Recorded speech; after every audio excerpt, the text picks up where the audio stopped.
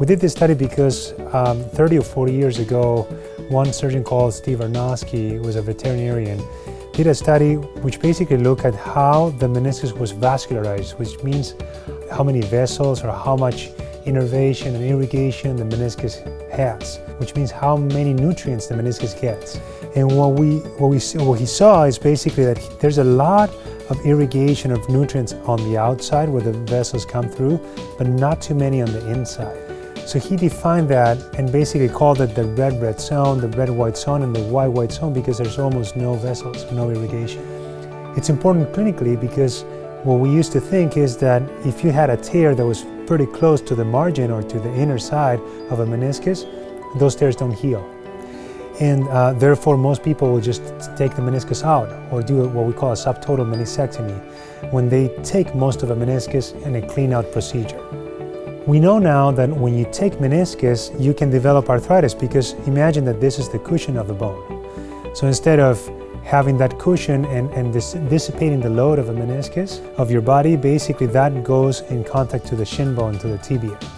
So the more meniscus you can preserve, the less load that the tibia or the shin bone will see. So what we did was mark the endothelial cells, so the cells on the wall of the vessels. Furthermore, we studied how many stem cells there were, not only on the side, but also on the inside. And that was important because the more stem cells that you have, the better capacity to heal that you have. So what we saw was that the blood supply is not just on the outside. It comes all the way into the inside. Of course, it's less than on the outside, but there's two components to it, to basically healing. One is that you do have blood supply that is coming there that was not previously found, but you also have progenitor cells. So you have those two things that are basically in favor of repairing tears that maybe go into the white zone, as long as the tissue quality is good. So that's why we're very aggressive with repairing meniscus, because they can heal.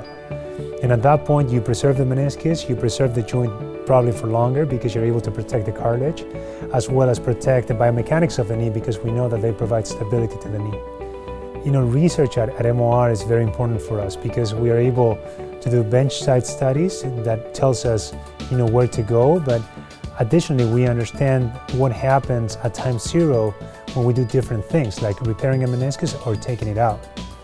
We can apply that immediately to patients because there's no FDA approval that is needed to test those things and to understand that meniscectomies can be detrimental for the longevity of the joint. And that's what's nice because we are able to explain this to patients. We show them, you know, diagrams, we explain why it's important to repair them. And although it might be a little bit of a longer recovery, it's the best for them in the long term. It's in their best interest.